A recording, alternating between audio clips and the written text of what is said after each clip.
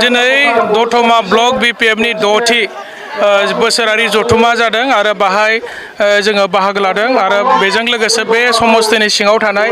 गोबां माने रायजो राजाफ्रा दिनै बाहागो लाफैदों आरो BPFआ दिनै मोनसे गोख्रों राजखान्थि हान्जा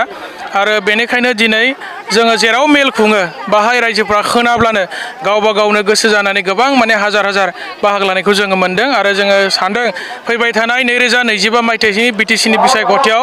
जोङो BPF सरकार फैगोनना 100% रोखा जानानै दङ। नङा UPPLआ सावरायनायनि मुङाव नाटक खालामदोंब्ला जों बेखौ मोनथिया खिन्थु BPF हान्जानिफ्राय जोङो लुबैदों जे बिथांमोना BTCखौ रैखा खालामनांगौनि सार्थआव जुदि खौसे जानायनि बाथ्रा सानमारदोंब्ला जोङो BPF दोलोनिफ्राय जोंनि चिफ सारा मालाबानो बुंगासिनो दं जे जों बेखौ वेलकाम खालामगासिनो दङ आरो नंगुबै सेन्सआव रायलायनानै बिथांमोना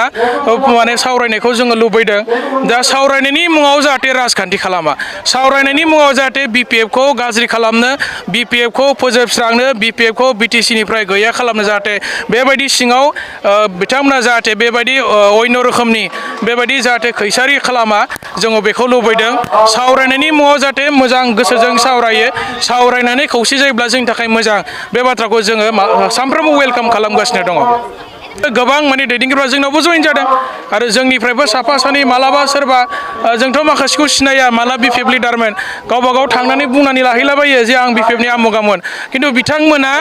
मालाबाबो एक्टिभ वार्कार नङा आरो जों सिनाया बिथांमोनखौ जे साफा सानै थांदोंमोन बिथांमोनखौ जों सिनायो खिन्थु माखासेखौ जों सिनाया बिथांमोना थांनानै बुंना लाहैदों आङो BPFनि आमुगा माने बिथांमोना UPPL हान्जायाव हाबनायनि उनाव जाहाथे बिथांमोना बै हान्जायाव गुरुत्व मोनो, सनमान मोनो, बेनि थाखाय हयथ' माखासे बुंना लाहैदों जानांगौ आरो